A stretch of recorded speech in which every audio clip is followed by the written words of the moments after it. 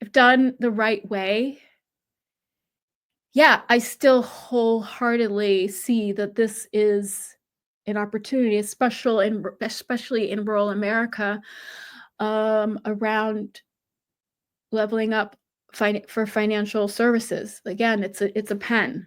It's neutral. It's a technology. It is a bank. It is banking like we've never had it before, and so I don't want to let what I'm concerned about in terms of people's financial harm really turn me off from the the tooling that I really do think at least so that folks can know what it's all about.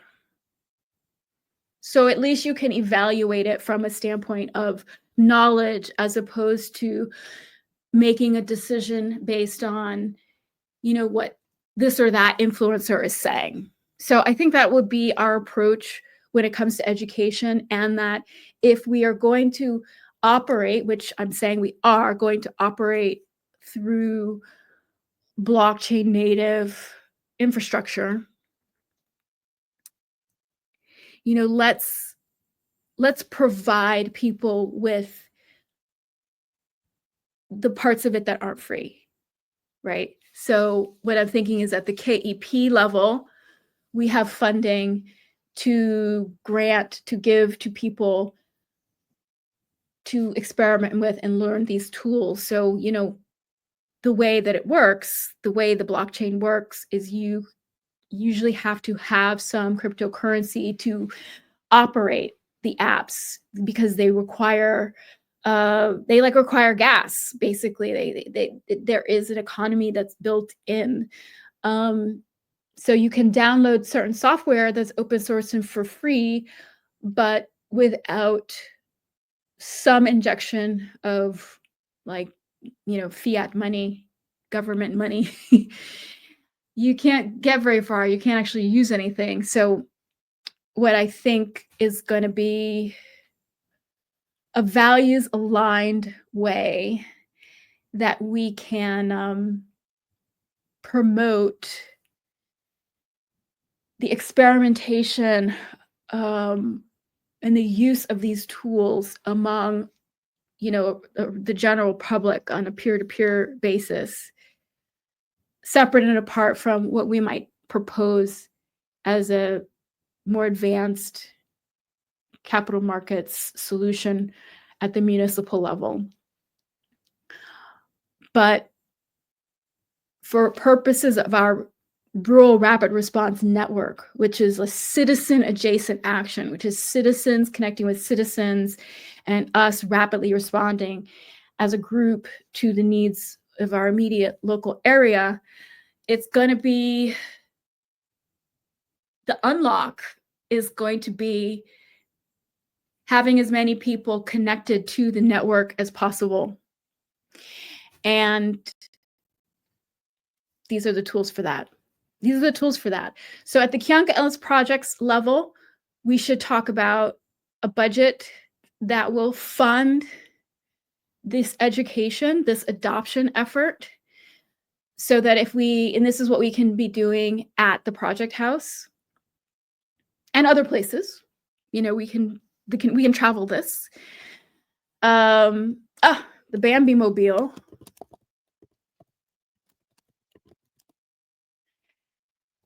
We could take the Bambi. There's this thing called campKEP, which you can see also on Instagram. We could take the Bambi Mobile all around. So that's something else campKEP projects can contribute to Rural Rapid Response Network, is we have the project houses, but we're focused on Maine, and we can take the Bambi around to the further parts of the state, northwest. It's so spread out. This is part of our big challenge. But we can take the Bambi Mobile and we can meet with people face to face to talk about why we think, or why we want to connect. We want to link up through one of these blockchain-based applications.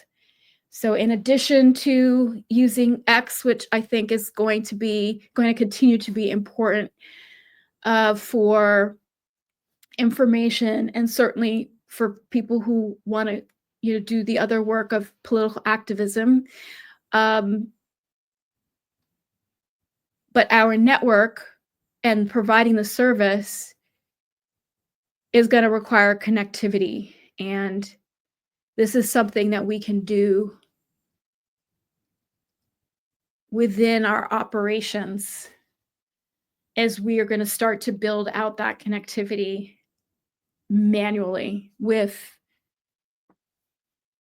inviting people. Maybe they're coming to see the art show, or some other reason we can invite people to gather. We can take the Bambi to where people are and set up and do demos and help folks download a software to their phones, explain what it's all about, talk about safety, security, and use funding from Kyungil's projects to give to people the cryptocurrency that they need to play around and be engaged, to learn and know how to use, not to invest or gamble, but to use these tools for the purposes of being a network and providing the service, receiving the benefits of the service, etc. Yeah. Okay, we've got 10 more minutes. Bambi, that's confusing. Bambi being an Airstream RV, by the way, in case that's not clear. Bambi RV Tour.